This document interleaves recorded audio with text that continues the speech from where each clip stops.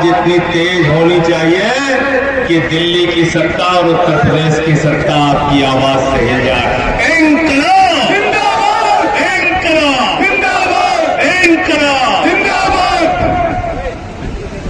और सबसे ज्यादा स्वागत और अभिनंदन मैं आप सबका करता हूं जिन्होंने इतने घंटों तक बैठकर आम आदमी पार्टी के प्रति अपना समर्थन दिखाया। मुझसे लोग कह रहे थे अपने कार्यक्रम बना रहा था, संजय सिंह जी उत्तर प्रदेश की गर्मी के बारे में आपको पता है? हमने कहा हाँ पता है। 45 डिग्री टेम्परेचर होता है जून के महीने में। हमने कहा ये भी पता है। कह रहे ऐसे समय में आप कार्यकर्ता सर्वेलन रखें, कार्यक्रम आपका खराब हो जाएगा। मैंने कहा आम आदमी पार्टी के सिपाही की, आम आदमी पार्टी के कार्यकर्ता की परीक्षा अच्छे समय में नहीं होती, बुरे समय में होती है। और इसलिए हम इस सम्मेलन रखना चाहते हैं। संजय भैया जिंदाबाद जिंदाबाद। क्योंकि हम लोगों ने कहा दिल्ली का चुनाव हार गए लोग निराश है, दिल्ली का चुनाव हार गए लोग निराश है। मैंने कहा जाकर पता कर लेना, 3 महीने हुए जितना निराश आम आदमी पार्टी के कार्यकर्ता है उससे ज्यादा निराश दिल्ली की जनता है। कह रही है गलती हो गई, आज चुनाव करा दो, फिर से पैसा कह रहे नहीं, कह रही बताओ। आम आदमी पार्टी की सरकार थी, केजरीवाल की सरकार थी, बिजली फ्री में मिलती थी, 24 घंटे मिलती थी। भाजपा वाले आ गए, बिजली 6-6 घंटे कटौती हो रही है। आम आदमी पार्टी की सरकार थी, मोहल्ला क्लिनिक था, दवा मुफ्त में मिलती थी, इलाज मुफ्त में मिलता था। भारतीय जनता पार्टी की सरकार आ गई, मोहल्ला क्लिनिक बंद कर दिया। आम आदमी पार्टी की सरकार थी, हमारी कोई भी महिला सम्मान के साथ बसों में मुफ्त यात्रा करती थी। भारतीय जनता पार्टी की सरकार आ गई, आई कार्ड दिखाना पड़ता है तब आप यात्रा कर सकते हैं। आम आदमी पार्टी की सरकार थी, बच्चों के अंदर 10 साल 11 साल तक 1 भी रुपए स्कूल की फीस हमने पढ़ने नहीं दिया, और अगर किसी ने फीस बढ़ाया तो फीस वापस कराया। हिंदुस्तान की पहली सरकार जिंदाबाद। और अभी देखते तकलीफ होती है मेरे दोस्तों, आप भी देखते होंगे प्राइवेट स्कूल के प्रबंधक गुंडे लगा के छोटे छोटे बच्चों को रोकते हैं, कहते माँ बाप ने पैसा नहीं दिया स्कूल नहीं जा सकते, माँ बाप ने पैसा नहीं दिया स्कूल नहीं जा सकते। आज स्कूलों की फीस दिल्ली में 80% बढ़ा दी गई। और तो और छोड़िए, अभी उत्तर प्रदेश का चुनाव आएगा, भाजपा ही आपके बीच में वोट मांगने के लिए आ जाएंगे। बिहार का चुनाव है, मोदी जी बार बार वहां पे रैली करने जा रहे हैं। मैं उत्तर प्रदेश के लोगों से कहना चाहता हूं, हाथ जोड़कर विनती करना चाहता हूं, एक बार जरा दिल्ली का दौरा करके आओ, जहां आपके भाई उत्तर प्रदेश के रहते हैं, जरा उनकी झुग्गियां देख के आओ, जरा उनके घर देख के आओ, जरा उनके रोजगार देख के आओ। 4 महीने के अंदर उनके घरों पे बुलडोजर चला दिया गया, उनकी दुकानों पे बुलडोजर चला दिया गया। बिहार के भाइयों को, उत्तर प्रदेश के भाइयों को, पश्चिम के हो चाहे पूर्वांचल के, सबकी दुकानों और घरों को गिराया जा रहा है। जो लोग हमारे घरों पे बुलडोजर चला रहे हैं, हमारे दुकान पे बुलडोजर चला रहे हैं, उनकी राजनीति पे यूपी बिहार के अंदर आपको हमको बुलडोजर चलाने का काम करना है। करना है नहीं करना है बताओ, करना है नहीं करना है? कैसे बुलडोजर चलाओगे? उसके लिए आपको तलवार चलाने की जरूरत नहीं है, ईटा पत्थर चलाने की जरूरत नहीं है, गुंडागर्दी करने की जरूरत नहीं है। बाबा साहब ने आपकी उंगलियों में ताकत दी है। किसने दिया है ताकत? बाबा साहब डॉक्टर भीमराव अम्बेडकर के संविधान ने दिया है। और इन उंगलियों में ये ताकत है कि जब आप चाहते हो तो कोई आदमी प्रधानमंत्री बन जाता है, जब आप चाहते हो तो उसकी राजनीति को खोद के जमीन के अंदर डालने का काम आप करते हो। ये ताकत आपको दीजिए। एक रिक्शे वाले को भी वोट की एक ताकत, एक गरीब आदमी को वोट करने की एक वोट की ताकत, देश के राष्ट्रपति का वोट भी एक गिना जाता है, विधायक का वोट भी एक गिना जाता है, सांसद का वोट भी एक गिना जाता है। यानी वोट के मामले में बाबा साहब डॉक्टर भीमराव अम्बेडकर ने कहा, सबका वोट हिंदुस्तान में एक गिना जाएगा, सारे लोग बराबर हैं। आप अपना मालिक खुद से बनाते हो, आप अपना नौकर खुद से बनाते हो, आप अपना सेवक खुद से बनाते हो। ये योगदान किसी मोदी की वजह से आपको नहीं मिला, ये सम्मान आपको मिला है तो बाबा साहब के संविधान से मिला है। और इसलिए बार बार मैं कहता हूं, ये देश अगर चलेगा तो बाबा साहब के संविधान से चलेगा, किसी नरेंद्र मोदी और योगी आदित्यनाथ के फरमान से नहीं चलेगा। गरीब के घर पे बुलडोजर चलाते हो, किसान खाद मांगने जाता है तो लाठी से मारते हो, फसल का दाम मांगने जाता है तो लाठी से मारते हो, काले कानून का विरोध करने जाता है तो मारते हो। 750 किसानों ने अपनी शहादत दी अपने तीनों काले कानून जो उनके खिलाफ थे उसको वापस कराने के लिए। मेरे दोस्तों, ये जुल्म और अन्याय आप भूलना नहीं। जो कौम जुल्म और अन्याय के खिलाफ लड़ती रही वो गुलाम बन लगी जाती है। और हमने 190 साल तक अंग्रेजों की गुलामी बर्दाश्त की है, उसके खिलाफ शहीद आजम भगत सिंह ने अपनी कुर्बानी दी, शहीद सुखदेव ने अपनी कुर्बानी दी, शहीद राजेंद्र रेड्डी ने अपनी कुर्बानी दी, शहीद अशफाकुल्लाह ने अपनी कुर्बानी दी। भारत के क्रांतिकारियों ने अपने प्राणों की आहुति देकर इस देश को आजाद कराया। किसी आरएसएस और बीजेपी के पुरखे ने इस देश को आजाद नहीं कराया, इस बात को याद रखना। ये आजादी इन लोगों की वजह से नहीं मिली, इनके पुरखों की वजह से नहीं मिली। यह आजादी आपको मिली है तो आपके क्रांतिकारियों ने अपने प्राणों की आहुति दी। राष्ट्रपिता महात्मा गांधी ने सत्य अहिंसा के मार्ग पर चल के इस देश को आजाद कराया। और आज जब ये देश आजाद है तो हम ये आम आदमी पार्टी की तरफ से कहना चाहते हैं, इस रोहिलखंड प्रांत के कार्यकर्ता सम्मेलन में कहना चाहते हैं कि हमारा सपना वही सपना है जो शहीदों का सपना था, हमारा सपना वही सपना है जो गांधी का सपना था, हमारा सपना वही सपना है जो बाबा साहब का सपना था। हर बच्चे को देश में मुफ्त और अच्छी शिक्षा मिलनी चाहिए। मिलनी चाहिए कि नहीं मिलनी चाहिए? हाथ उठाकर मिलनी चाहिए कि नहीं मिलनी चाहिए? हर व्यक्ति को, चाहे बुजुर्ग हो, नौजवान हो, बच्चा हो, मुफ्त इलाज पूरी तरीके से मिलना चाहिए। इलाज का कोई पैसा नहीं लिया जाना चाहिए। और आम आदमी पार्टी हिंदुस्तान की पहली पार्टी है जो पार्टी कहती है गरीब के घर में रोशनी तो होनी चाहिए, लेकिन उस रोशनी की कोई कीमत नहीं होनी चाहिए। बिजली पूरी तरीके से फ्री होनी चाहिए, इलाज फ्री, शिक्षा फ्री, बिजली फ्री, पानी फ्री, सब कुछ फ्री देने के बाद केजरीवाल जी ने दिल्ली में मुनाफे का बजट दिया। यह है आम आदमी पार्टी, यह है अरविंद केजरीवाल, यह है आम आदमी पार्टी की स्थिति।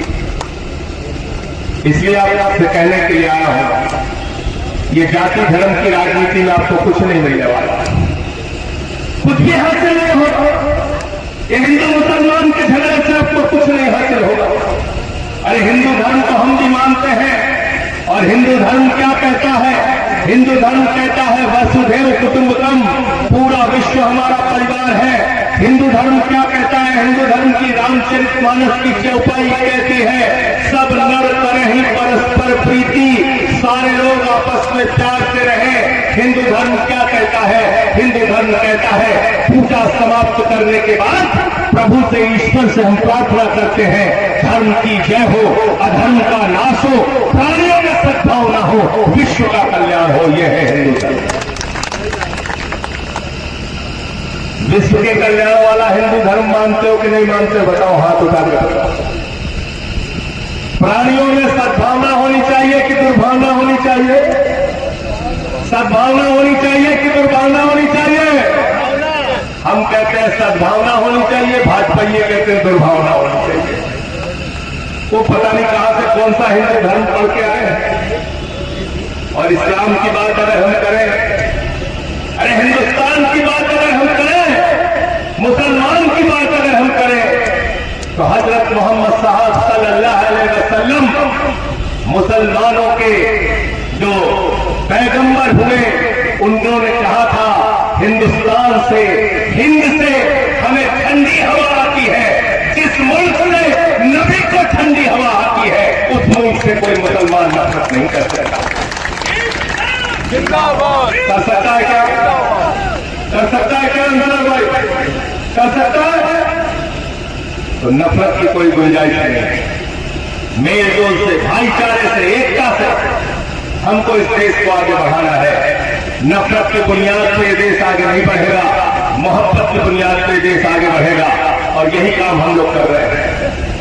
पार्लियामेंट में मैं खड़ा होता हूं, संसद में जब भी खड़ा होता हूं, आपके हक की आवाज लगाता हूं। वक्त संशोधन बिल आया, मैंने कहा यह बिल भारत के संविधान के खिलाफ है, इसलिए आम आदमी पार्टी इसका विरोध करती है। और जब तक उस बिल पर रोक नहीं लग जाती, हम सारे लोग उसका विरोध करते रहेंगे। ये नकली बिल है, ये फर्जी बिल है, ये संविधान के खिलाफ। साथियों दोस्तों, आपको मेहनत करनी पड़ेगी, गांव गांव में जाना पड़ेगा। 1 जुलाई से गांव गांव संपर्क अभियान चलाना पड़ेगा। अभी शकील भाई कह रहे थे 40 दिन यहां पर रहे।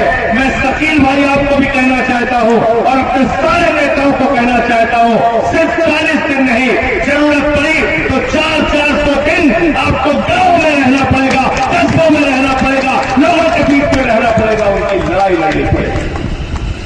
तब पार्टी खड़ी होगी। पार्टी ऐसे नहीं खड़ी होती मेरे दोस्त।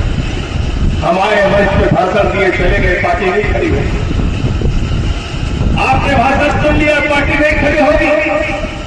पार्टी की जो विचारधारा है, जो पार्टी की सोच है, जो पार्टी की नीति है, जो पार्टी का नियम है, वो उत्तर प्रदेश के गांव गांव तक पहुंचाना पड़ेगा और लोगों से कहना पड़ेगा, जाति धर्म का बंधन तोड़ो, शिक्षा स्वास्थ्य से नाता जोड़ो। शिक्षा की राजनीति, स्वास्थ्य की राजनीति, अपनी तरक्की की राजनीति। अरे आपको तो 2 वक्त की रोटी खाने को नहीं मिलती। 82 करोड़ लोग इस देश में 5 किलो राशन पे जिंदा है। आपको 2 वक्त की रोटी खाने को नहीं मिलती, लेकिन उत्तर प्रदेश की सरकार बड़ी बड़ी टंकी खा जाती है। 5 करोड़ की टंकी बाबा जी ने बनवाई। टंकी की शुरुआत नहीं हो पाई, उद्घाटन के दिन टंकी उड़ गई। मेट्रो बनवाया मोदी जी ने गाजियाबाद में, पहली आंधी आई, मेट्रो उड़ गई। एक टंकी बनी लखीमपुर में, 4 महीने बाद टंकी उड़ गई। एक टंकी बनी कानपुर में, 2 महीने बाद टंकी उड़ गई। और तो और कहीं कहीं तो एयरपोर्ट हो जा रहा है। हमने सुना था एयरपोर्ट से जहाज उड़ते, मोदी जी के राज में एयरपोर्ट हो जा रहा है। ऐसा भ्रष्टाचार, संसद के अंदर पानी बहने लगता है, नई संसद में पानी बहने लगता है, प्रभु श्री राम मंदिर के गर्भगृह में पानी बहने लगता है पहली बारिश में। हाईवे बनता है, सड़क टूट जाती है, पुल बनता है, टूट जाता है, ओवरब्रिज बनता है, टूट जाता है, मेट्रो बनता है, टूट जाता है, टंकी बनती है, टूट जाती है। आपको कोई फर्क नहीं पड़ता, आपको गुस्सा नहीं आता। मुझे तो रातों में नींद नहीं आती जिस दिन आपको भ्रष्टाचार के खिलाफ गुस्सा आना शुरू हो जाएगा, भारतीय जनता पार्टी का सफाया हो जाएगा। ये कह के आ रहा हूं और मैं बार बार इस बात को कहता हूं कि नेता मां की कोख से पैदा नहीं होता, नेता संघर्षों से पैदा होता है, लड़ाई से पैदा होता है, जन आंदोलनों से पैदा होता है। वो नेता आपको बनना है। अगर नेता बनना है तो संघर्ष करना पड़ेगा, नेता बनना है तो लोगों के बीच में जाना पड़ेगा, नेता बनना है तो संगठन बनाना पड़ेगा। हमारे साथी भूदेव जी यहाँ पे आए, भूदेव यहाँ पे बैठे, अभी परसों इन्होंने आंदोलन किया, पता है किस बात का आंदोलन किया? आप सुनेंगे तो आपकी आंख से आंसू आ जाएगा। मेरे दोस्तों, 3 साल पहले छोटे छोटे बच्चों के लिए बदायूं के मेडिकल कॉलेज में वेंटिलेटर लगाया गया था, सीपैप की मशीन लगाई गई। जब बच्चा पैदा होता है कई बार उसके फेफड़े काम नहीं करते, उस सीपैप के सपोर्ट से, वेंटिलेटर के सपोर्ट से उसको जिंदा रखा जाता है, उसकी जान बचाई जाती है। बदायूं के लोगों ने कहा हमारे बच्चों को बचाने के लिए वेंटिलेटर चालू तो करो। पूरी ट्रेनिंग करा के कर्मचारी की नियुक्ति होगी तब ये वेंटिलेटर चलेगा। 1 महीना बीता, 2 महीना बीता, 3 महीना बीता, साल भर बीता, बोले ट्रेनिंग वाला कर्मचारी आ नहीं रहा, ट्रेनिंग वाला कर्मचारी आ नहीं रहा। बोले बच्चे मरे, बोले कितने? बोले 25-30 हर महीने, 25-30 हर महीने। पिछले साल दिसंबर में 40 बच्चे मर गए वेंटिलेटर नहीं चला। अभी फिर खबर छपी अखबार वालों ने कि 1 महीने में 25 से 30 बच्चे मर गए, वो वेंटिलेटर नहीं चल पाया। नरेंद्र मोदी जी, आपने अपने दोस्त को, अडानी को लाखों करोड़ का कोयला दे दिया, गैस दे दिया, बिजली दे दिया, पानी दे दिया, सड़क दे दिया, पोर्ट दे दिया, एयरपोर्ट दे दिया, आकाश दे दिया, पाताल दे दिया, अपने एक दोस्त को पूरा हिंदुस्तान दे दिया, लेकिन बदायूं के लोगों को, उनके बच्चों को वेंटिलेटर नसीब नहीं हो पाता। इस व्यवस्था के खिलाफ हमारी लड़ाई है, ये मैं आपसे कहने के लिए आया। तैयार हो लड़ने के लिए, संघर्ष करने के लिए तैयार हो? तैयार है। अगर आप हमारे साथ संघर्ष करने के लिए तैयार हैं तो मैं आपको यकीन दिलाना चाहता हूं, आम आदमी पार्टी को उत्तर प्रदेश में बढ़ने से कोई रोक नहीं सकता और आपकी राजनीति को कोई रोक नहीं सकता। अब मैं समय दे रहा हूं, पूरा समय दे रहा हूं, दिन रात समय दे रहा हूं। पार्टी की जिम्मेदारियों की वजह से कभी दिल्ली, कभी पंजाब, कभी तीसरे राज्यों में मेरी जिम्मेदारी रहती थी संगठन की। अभी केजरीवाल साहब ने कहा सिर्फ उत्तर प्रदेश को खड़ा करने की आपकी जिम्मेदारी है। जुट जाओ अपने साथियों के साथ, जुट जाओ अपने कार्यकर्ताओं के साथ।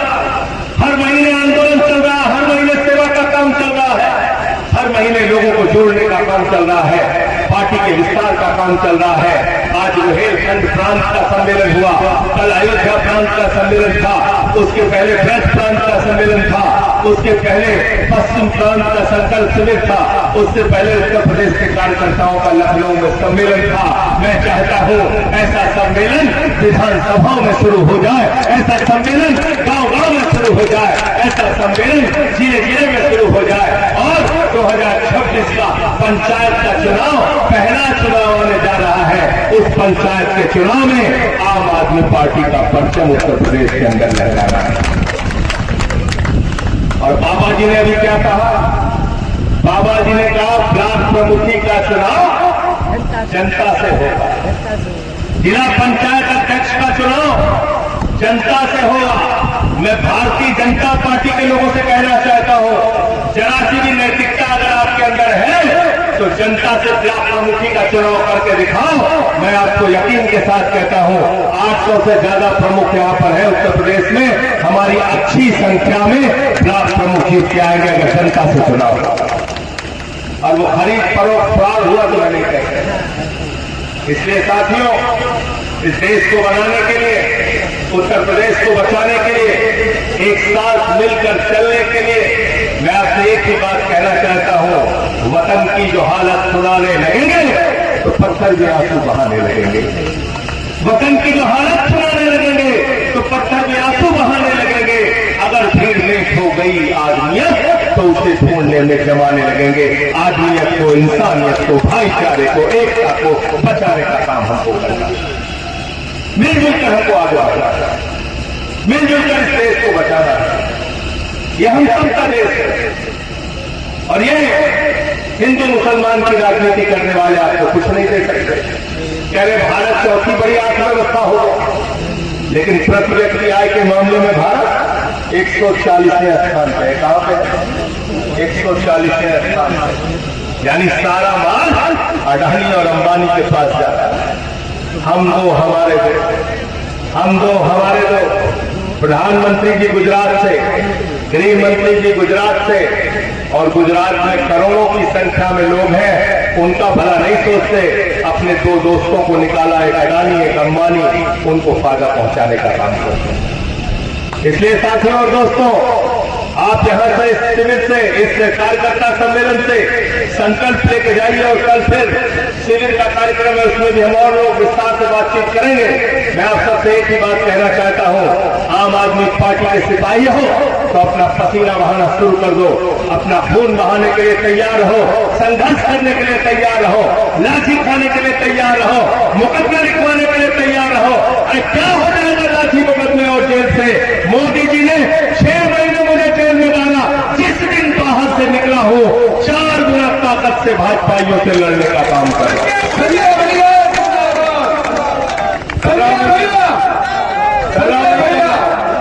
डर गए क्या इनकी जेल से? डर गए क्या? जगह है कितनी जेल में तेरे देख लिया है, जगह है कितनी जेल में तेरे देख लिया है, देखेंगे लाठी डंडे की सरकार नहीं चलेगी, नारा दम है कितना दमन में तेरे देख लिया है, देखेंगे।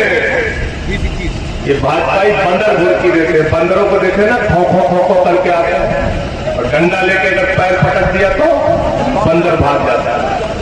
तो ये भाजपाई बंदरों से डरने की जरूरत, भाजपाई बंदरों से डरने की जरूरत नहीं है, बिल्कुल नहीं है, बिल्कुल नहीं है। डट के लड़ना है इनसे, डट के लड़ना है, और उत्तर प्रदेश की राजनीति से इनको बेदखल करना है, जैसे आपके रोजगार से आपको बेदखल कर रहे हैं। आज 11 साल पूरे हो गए नरेंद्र मोदी के। लोगों ने हमसे पूछा 11 साल में देश को क्या मिला?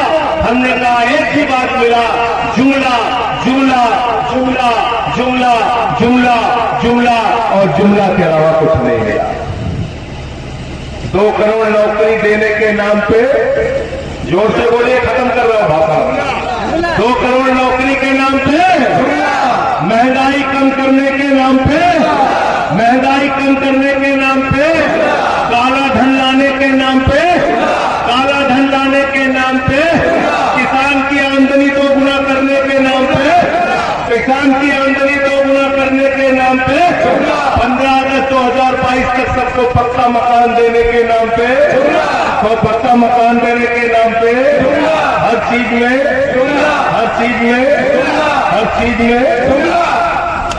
अभी क्या बोले? जुमला। अभी क्या बोल रहे हैं मोदी जी? जुमला। मैंने एक फिल्म देखा था, सौदागर मोदी जी, नरेंद्र मोदी जी सिंदूर के सौदागर बन गए। ये हमारी बहनें भी बहुत नाराज हो रही थी, भरत कृष्णा जी भी नाराज हो रही थी। अभी एक खबर इन लोगों ने चलाई, बोले घर घर सिंदूर बांटेंगे। अच्छा हुआ सुनीता गंगवार जी के घर पे नहीं पहुंचे, नहीं चेहरा किस किस हिस्से से लाल होता पता नहीं चलता, मैं नहीं कुछ कर सकता। ये महिलाओं की प्रक्रिया थी, गुस्सा था। अपनी मांगों में हर महिला अपने पति के नाम का सिंदूर लगाती है। मोदी जी किसी लुच्चे लफंगे के हाथ का दिया हुआ सिंदूर नहीं लगाती। ये बात अच्छा हुआ मोदी जी को जल्दी समझ में आ गया। कह रहे हमारे नसों में क्या सिंदूर बह रहा। मैंने कहा सिंदूर बह रहा कि नहीं बह रहा है, तो ये पता चला नौटंकी जरूर बह रही, तुम्हारी नस में नौटंकी बह रही। लाइट कैमरा एक्शन शुरू कर देते हैं। ऑपरेशन सिंदूर के लिए भारतीय सेना को सर झुका के नमन करना चाहता हूं। हमारी सेना ने 9 आतंकी ठिकानों को मिटा दिया। बहादुरी से पाकिस्तान के साथ चल रही थी, लेकिन उसको रोकने का काम ट्रंप के आदेश पे नरेंद्र मोदी ने किया। पूरा देश से जानना चाहता है, इसका व्यापार बंद करने की धमकी के नाम पे तुमने सेना को रोका और सीज फायर कराया। हमारी सेना पीओके पे कब्जा कर सकती थी, हमारी सेना बलूचिस्तान को पाकिस्तान के नक्शे से अलग कर सकती थी। उस सेना को रोकने का काम तुमने मोदी जी किया। ये देश तुमको कभी माफ नहीं करेगा। और अंत में इन्हीं लाइनों के साथ ये अमन बिक रहा है, चमन बिक रहा है, गरीबों के तन का कफन बिक रहा है, बाजारों में पहनों का तन बिक रहा है। यारो बुरा न मानो तो कह दूं, इन बेईमानों के हाथों वतन बिक रहा है, इन बेईमानों के हाथों वतन बिक रहा है। इस वतन का सौदा करने वाले भाजपाइयों से इस देश को बचाने के लिए, उत्तर प्रदेश को बचाने के लिए हम सब मिलके, पार्टी के साथियों के साथ मिलके एक बेहतर देश बनाएंगे, एक बेहतर उत्तर प्रदेश बनाएंगे। रुहेलखंड के एक एक कार्यकर्ता को सर झुका के नमन करता हूं। आज के इस भीषण गर्मी में एक सफल सम्मेलन के लिए बहुत बहुत शुक्रिया, बहुत बहुत धन्यवाद। इंकलाब जिंदाबाद।